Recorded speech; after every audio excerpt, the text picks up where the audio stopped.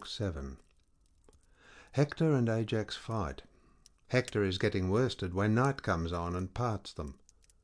They exchange presents. The burial of the dead, and the building of a wall round their ships by the Achaeans. The Achaeans buy their wine of Agamemnon and Menelaus. With these words Hector passed through the gates, and his brother Alexandrus with him, both eager for the fray. As when heaven sends a breeze to sailors who have long looked for one in vain, and have laboured at their oars till they are faint with toil, even so welcome was the sight of these two heroes to the Trojans. Thereon Alexandrus killed Menestheus, the son of Areithus, who lived in Arne, and was the son of Areithus the mace-man, and of Philomedusa. Hector threw a spear at Aeonius, and struck him dead with a wound in the neck under the bronze rim of his helmet. Glaucus, moreover, son of Hippolochus, captain of the Lycians, in hard hand-to-hand fight smote Ephinus, son of Dexius, on the shoulder, as he was springing onto his chariot behind his fleet mares. So he fell to earth from the car, and there was no life left in him. When, therefore, Minerva saw these men making havoc of the Argives, she darted down to Iliad from the summits of Olympus, and Apollo, who was looking on from Pergamus, went out to meet her, for he wanted the Trojans to be victorious. The pair met by the oak tree, and King Apollo, son of Jove, was first to speak. "What would you have," said he, "daughter of great Jove, that your proud spirit has sent you hither from Olympus? Have you no pity upon the Trojans, and would you incline the scales of victory in favour of the Danaans? Let me persuade you, for it will be better thus. Stay the combat for today, but let them renew the fight hereafter, till they compass the doom of Iliad, since you goddesses have made up your mind to destroy the city." And Minerva answered, "So be it, far Data. It was in this mind that I came down from Olympus to the Trojans and Achaeans. Tell me then, how do you propose to end this present fighting?" Apollo, son of Jove, replied, "Let us incite great Hector to challenge some one of the Danaans in single combat. On this the Achaeans will be shamed into finding a man who will fight him." Minerva assented, and Helenus, son of Priam, divined the counsel of the gods. He therefore went up to Hector and said, "Hector, son of Priam, peer of gods in council, I am your brother. Let me then persuade you. Bid the other Trojans and Achaeans, all of them, take their seats, and challenge the best man among the Achaeans to meet you in single combat. I have heard the voice of the ever-living gods, and the hour of your doom is not yet come." Hector was glad when he heard this saying, and went in among the Trojans, grasping his spear by the middle to hold them back, and they all sat down. Agamemnon also bade the Achaeans be seated. But Minerva and Apollo, in the likeness of vultures, perched on Father Jove's high oak tree, proud of their men, and the ranks sat close ranged together, bristling with shield and helmet and spear.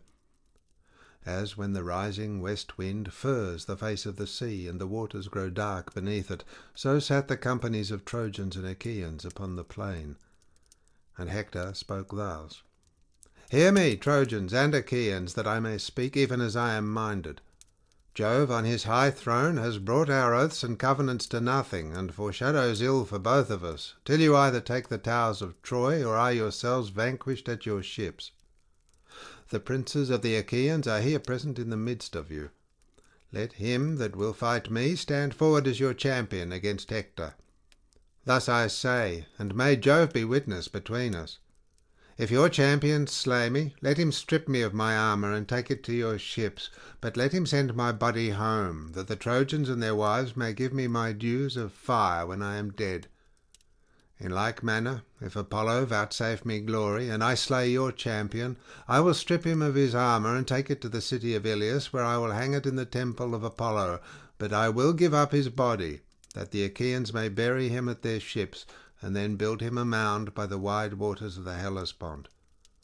Then will one say hereafter, as he sails his ship over the sea, This is the monument of one who died long since, a champion, who was slain by mighty Hector. Thus will one say, and my fame shall not be lost." Thus did he speak, but they all held their peace, ashamed to decline the challenge, yet fearing to accept it, till at last Menelaus rose and rebuked them, for he was angry. Alas, he cried, vain braggarts! Women, forsooth, not men! Double dyed indeed will be the stain upon us if no man of the Danaans will now face Hector. May you be turned every man of you into earth and water as you sit spiritless and inglorious in your places. I will myself go out against this man, but the upshot of the fight will be from on high in the hands of the immortal gods." With these words he put on his armour, and then, O Menelaus, your life would have come to an end at the hands of Hector, for he was far better the man, had not the princes of the Achaeans sprung upon you and checked you. King Agamemnon caught him by the right hand and said, "Menelaus, you are mad. A truce to this folly. Be patient in spite of passion. Do not think of fighting a man so much stronger than yourself as Hector, son of Priam, who is feared by many another as well as you. Even Achilles, who is far more doughty than you are, shrank from meeting him in battle. Set down your own people, and the Achaeans will send some other champion to fight Hector. Fearless and fond of battle though he be, I ween his knees will bend gladly under him if he comes out alive from the hurly-burly of this fight."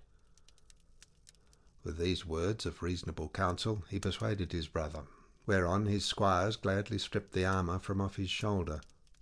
Then Nestor rose and spoke. "Of a truth," said he, "the Achaean land is fallen upon evil times. The old knight Peleus, counsellor and orator among the Myrmidons, loved, when I was in his house, to question me concerning the race and lineage of all the Argives. How would it not grieve him could he hear of them as now quailing before Hector? Many a time would he lift his hands in prayer that his soul might leave his body and go down within the house of Hades. Would, by Father Jove, Minerva, and Apollo, that I was still young and strong, as when the Pylians and Arcadians were gathered in fight by the rapid river Celadon under the walls of Phaea, and round about the waters of the river Iardanus. The godlike hero Ereuthalion stood forward as their champion, with the armour of King Areithus upon his shoulders, Areithus, whom men and women had surnamed the Mace Man, because he fought neither with bow nor spear, but broke the battalions of the foe with his iron mace. Lycurgus killed him, not in fair fight, but by entrapping him in a narrow way where his mace served him in no stead. For Lycurgus was too quick for him, and speared him through the middle, so he fell to earth on his back. Lycurgus then spoiled him of the armour which Mars had given him, and bore it in battle thenceforward. But when he grew old and stayed at home, he gave it to his faithful squire Ereuthalion, who in this same armour challenged the foremost men among us. The others quaked and quailed, but my high spirit bade me fight him, though none other would venture. I was the youngest man of them all, but when I fought him, Minerva vouchsafed me victory. He was the biggest and strongest man that ever I killed, and covered much ground as he lay sprawling upon the earth. Would that I was still young and strong as I then was, for the son of Priam would then soon find one who would face him. But you, foremost among the whole host though you be, have none of you any stomach for fighting Hector." Thus did the old man rebuke them, and forthwith 9 men started to their feet. Foremost of all uprose King Agamemnon, and after him brave Diomed, the son of Tydeus. Next were the 2 Ajaxes, men clothed in valour as with a garment, and then Idomeneus and Meriones his brother in arms. After these Eurypylus, son of Euaemon, Thoas, the son of Adramon, and Ulysses also rose. Then Nestor, knight of Gerene, again spoke, saying, "Cast lots among you to see who shall be chosen. If he come alive out of this fight, he will have done good service alike to his own soul and to the Achaeans." Thus he spoke, and when each of them had marked his lot and had thrown it into the helmet of Agamemnon, son of Atreus, the people lifted their hands in prayer. And thus would one of them say as he looked into the vault of heaven, "Father Jove, grant that the lot fall on Ajax, or on the son of Tydeus, or upon the king of rich Mycenae himself."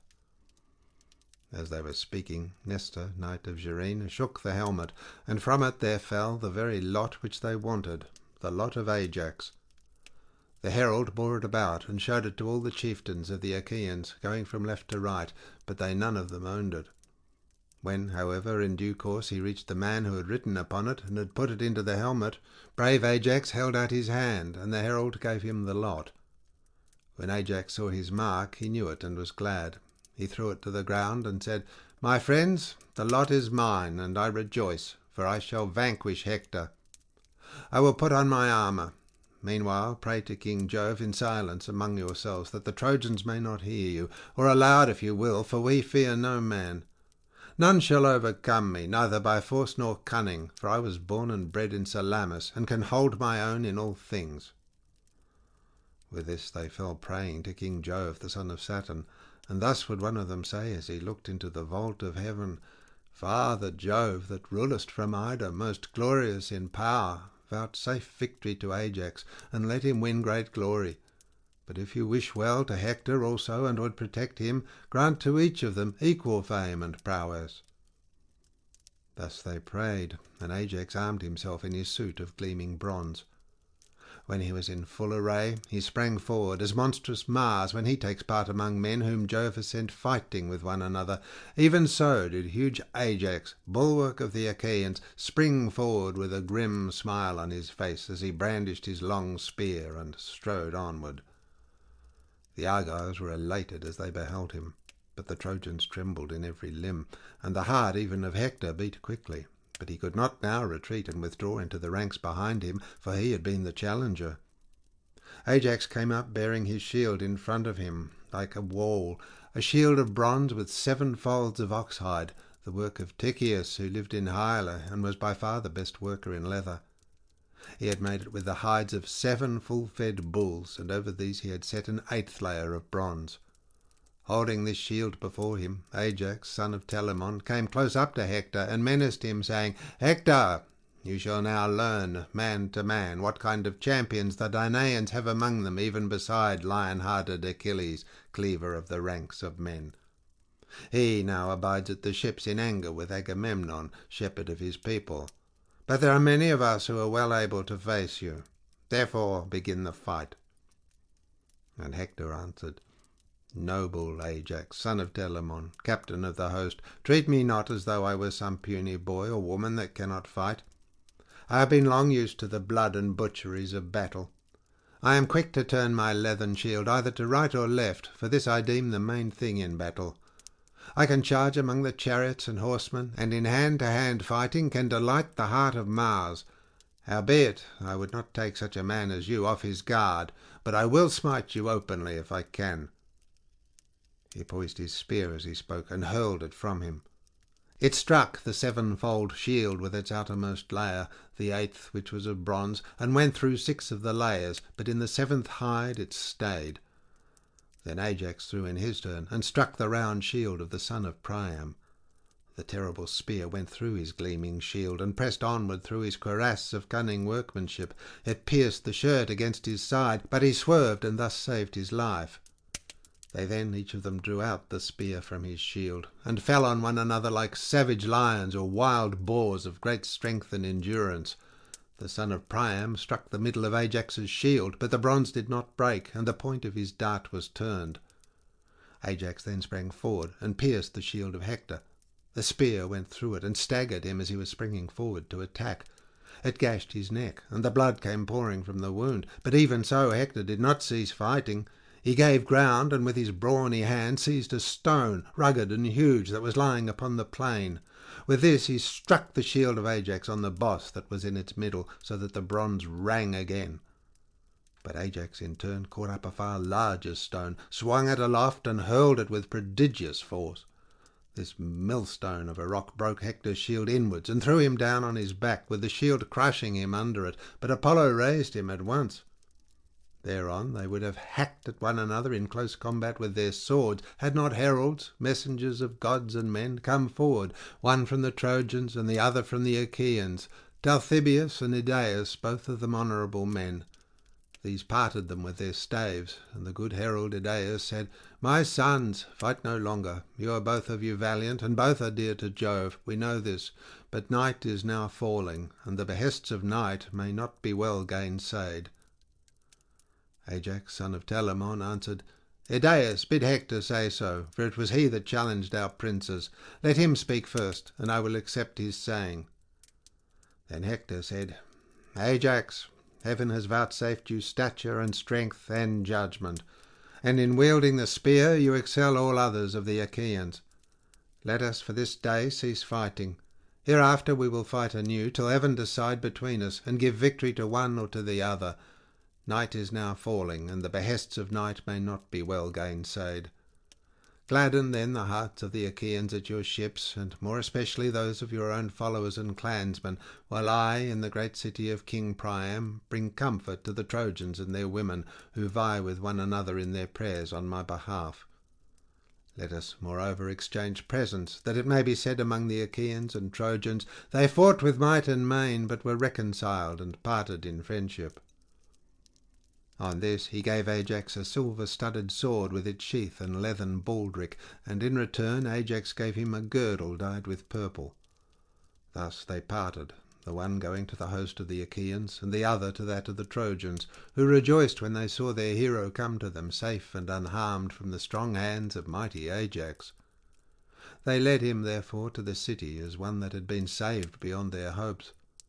On the other side, the Achaeans brought Ajax, elated with victory, to Agamemnon. When they reached the quarters of the son of Atreus, Agamemnon sacrificed for them a 5-year-old bull in honour of Jove, the son of Saturn. They flayed the carcass, made it ready, and divided it into joints. These they cut carefully up into smaller pieces, putting them on the spits, roasting them sufficiently, and then drawing them off. When they had done all this and had prepared the feast, they ate it, and every man had his full and equal share, so that all was satisfied. And King Agamemnon gave Ajax some slices cut lengthways down the loin as a mark of special honour. As soon as they had had enough to eat and drink, old Nestor, whose counsel was ever truest, began to speak. With all sincerity and good will, therefore, he addressed them thus: "Son of Atreus and other chieftains, inasmuch as many of the Achaeans are now dead, whose blood Mars has shed by the banks of the Scamander, and their souls have gone down to the house of Hades, it will be well when morning comes that we should cease fighting. We will then wheel our dead together with oxen and mules, and burn them not far from the ships, that when we sail hence we may take the bones of our comrades home to their children. Hard by the funeral pyre we will build a barrow that shall be raised from the plain for all in common. Near this let us set about building a high wall to shelter ourselves and our ships, and let it have well-made gates that there may be a way through them for our chariots. Close outside we will dig a deep trench all round to keep off both horse and foot, that the Trojan chieftains may not bear hard upon us." Thus he spoke, and the princes shouted in applause. Meanwhile the Trojans held a council, angry and full of discord, on the Acropolis by the gates of King Priam's palace, and wise Antenor spoke. "Hear me," he said, "Trojans, Dardanians, and allies, that I may speak even as I am minded. Let us give up Argive Helen and her wealth to the sons of Atreus, for we are now fighting in violation of our solemn covenants, and shall not prosper till we have done as I say." He then sat down, and Alexandrus, husband of lovely Helen, rose to speak. "Antenor," said he, "your words are not to my liking. You can find a better saying than this if you will. If, however, you have spoken in good earnest, then indeed has heaven robbed you of your reason. I will speak plainly, and hereby notify to the Trojans that I will not give up the woman, but the wealth that I brought home with her from Argos I will restore, and will add yet further of my own." On this, when Paris had spoken and taken his seat, Priam of the race of Dardanus, peer of gods in council, rose, and with all sincerity and goodwill addressed them thus: "Hear me, Trojans, Dardanians, and allies, that I may speak even as I am minded. Get your suppers now as hitherto throughout the city, but keep your watches and be wakeful. At daybreak let Idaeus go to the ships, and tell Agamemnon and Menelaus, sons of Atreus, the saying of Alexandrus, through whom this quarrel has come about. And let him also be instant with them, that they now cease fighting till we burn our dead. Hereafter we will fight anew till heaven decide between us, and give victory to one or to the other." Thus did he speak, and they did even as he had said. They took supper in their companies, and at daybreak Idaeus went his way to the ships. He found the Danaans, servants of Mars, in council at the stern of Agamemnon's ship, and took his place in the midst of them. "Son of Atreus," he said, "and princes of the Achaean host, Priam and the other noble Trojans have sent me to tell you the saying of Alexandrus, through whom this quarrel has come about, if so be that you may find it acceptable. All the treasure he took with him in his ships to Troy, would that he had sooner perished, he will restore, and will add yet further of his own. But he will not give up the wedded wife of Menelaus, though the Trojans would have him do so. Priam bade me inquire further if you will cease fighting till we burn our dead. Hereafter we will fight anew, till heaven decide between us, and give victory to one or to the other.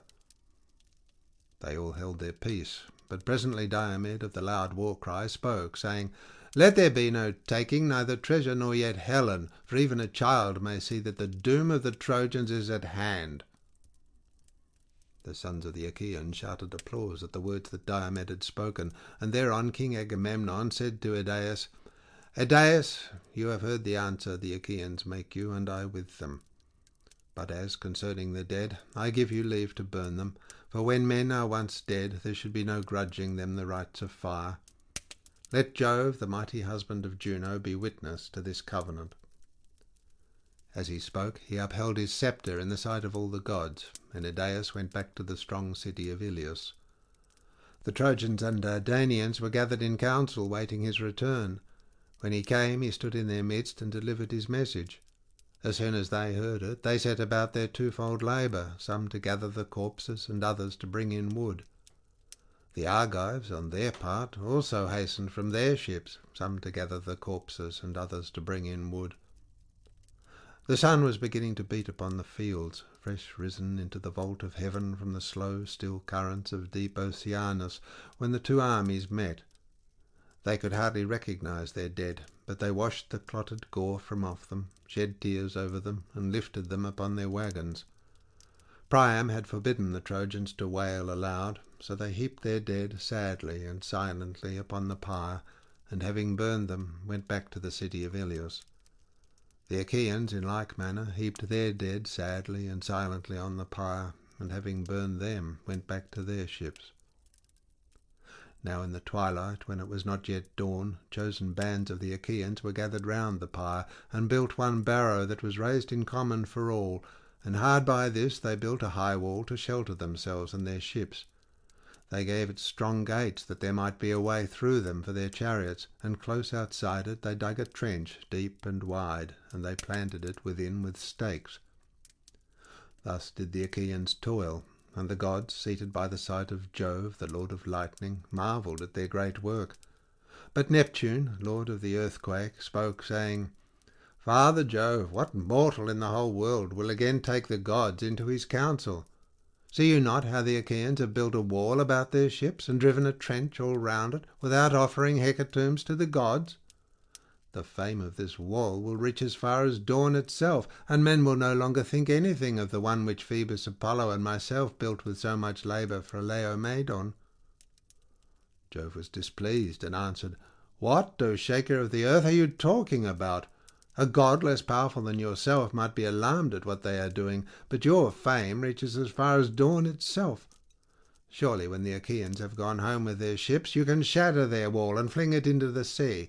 You can cover the beach with sand again, and the great wall of the Achaeans will then be utterly effaced. Thus did they converse, and by sunset the work of the Achaeans was completed. They then slaughtered oxen at their tents and got their supper. Many ships had come with wine from Lemnos, sent by Euneus the son of Jason, born to him by Hypsipyle. The son of Jason freighted them with 10,000 measures of wine, which he sent specially to the sons of Atreus, Agamemnon and Menelaus. From this supply the Achaeans bought their wine, some with bronze, some with iron, some with hides, some with whole heifers, and some again with captives. They spread a goodly banquet, and feasted the whole night through, as also did the Trojans and their allies in the city. But all the time Jove boded them ill, and roared with his portentous thunder. Pale fear got hold upon them, and they spilled the wine from their cups onto the ground, nor did any dare drink till he had made offerings to the most mighty son of Saturn. Then they laid themselves down to rest, and enjoyed the boon of sleep. End of section 7.